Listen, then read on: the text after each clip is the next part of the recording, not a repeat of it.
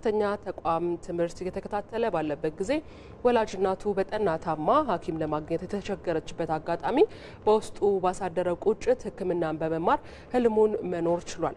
ከተመረቀ በኋላ ተቀጣሪ ሆኖ ቢያገለግልም በጎ በመስራት ነፃ የሕክምና አገልግሎት በመስጠት ወደ በጎ ፈቃደኛ ሐኪምነት አዘንብሏል።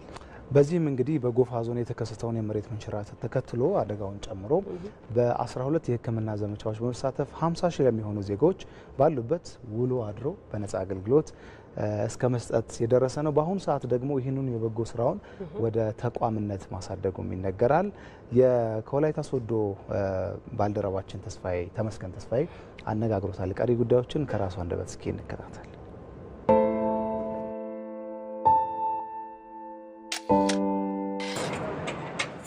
ዶክተር ልሳነ ወርቅ ኮንሴቦ እባላለሁ። የራዲዮ ተቋም መስራችና ስራ አስኪያጅ ነኝ። አስታውሳለሁ 11ኛ ክፍል ላይ ያለው እናቴ ላይ ሻወር ቤት ላይ የመውደቅ አደጋ ይደርስባትና እግሯ ይሰበራል። ወደ ሕክምና ተቋም ይዘናት ሄድን እና በዛ ሕክምና ተቋም ላይ አጋጣሚ ስንወስድ ጤና ባለሙያዎች በቦታው አልነበሩ። ጠበቅን። ደግሞ ይሄ በእግሯ ሲሰበር የምትሳሳየው ሪስፖንስ እኔ ላይ በጣም ፔን ፈጥሮ ነበረ። ሌሎች ታማሚዎችም ሐኪም የለም ብሎ ሲጮሁ ትዝ ይለኛል። በዛም ይመንትና እልህ ያዘኝ። ጀምሮ እናቴን ሰርቭ ማድረግ ጀምሬያለሁ። ኦልሬዲ ቤት ሄዳለሁ፣ ሕክምና ሰጣለሁ የሚያስፈልጋትን እና እሷም ደህና እየሆነች መጣች። ጥሩ ለውጥ ያየው እኔም ሳቲስፋይድ የሆንኩ መጣውና ከተመረኩ በኋላ ለምን ለአንድ ለኔ እናት አገለግላለሁ። ከተማ ጥዬ እዛ በረሃ ላይ የኖርኩበት ምክንያት በረሃ ላይ ያሉ ሰዎች እኔን ይፈልጉኛል፣ አስፈልጋቸዋለሁ። ኑሮ ከባድ ነው እውነቱን ለመናገር ማለት ነው። ግን አልኩ የኔ የመኖሬ ሪዝን የመማሬ ሪዝን ቅድም ያልኩ ችግሮች ናቸውና 12 ያህል ካምፔኖች ማለት 12 ያህል ዘመቻዎች እስከ 50 ሺህ ያህል ህብረተሰብን እስካሁን አገልግለናል ማለት ነው። እነሱ ጋር ስትሄድ የእነሱን ችግር እየተቸገርኩ ነው የምወጣው። ሳምንት ምቆይ ከሆነ ሳምንት የእሱን ረሃብ የእሱን ችግር ፌስ አድርጌ ስለምወጣ የሆነ የዛን ህብረተሰብ ክፍል እንድለውጥ የሚያደርግ ኢምፓክት ይኖረዋል ማለት ነው።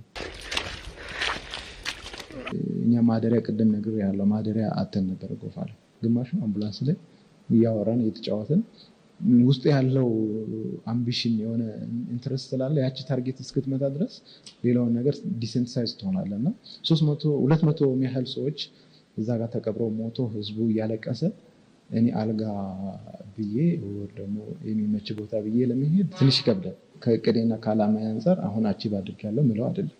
በጣም ብዙ አስባለሁ ካምፔኑ ማለት ነው። ግን ዳስ ኖት ኢናፍ። ሌሎች ዞኖች መሄድ ፈልጋለሁ። ሌላ ህብረተሰብን አሁንም ማገልገል ፈልጋለሁ። በቃ ይሄን ያህል አቺቭ የተደረገ ይሄን ያህል እየሰራችሁ ከሆነ ኦርጋናይዝ ብትሉ አሉ እና ጤና ሚኒስቴርም ኢትዮጵያ ህብረተሰብ ጤና ኢንስቲትዩትም እዛ ላይ ከኛ ጋር አብሮ ሲሰሩ ነበሩና እኛ አሁን ተቋም ሆነን ላይሰንስ ሆነናል። አደጋ ጊዜ መስጠት፣ ህብረተሰብን መልሶ ማቋቋም፣ አሁን ቅድም ያልኩ የድንገተኛ ጊዜ አገልግሎት መስጠትና በህብረተሰብ ጤና ላይ ሕክምናና ኒውትሪሽን እና ሄልዝ ላይ ፕሮግራሞች አሉ። ወደ 4 ፕሮግራሞች እና እነሱ ፒላር አድርገን ነው እየሰራን ያለነው።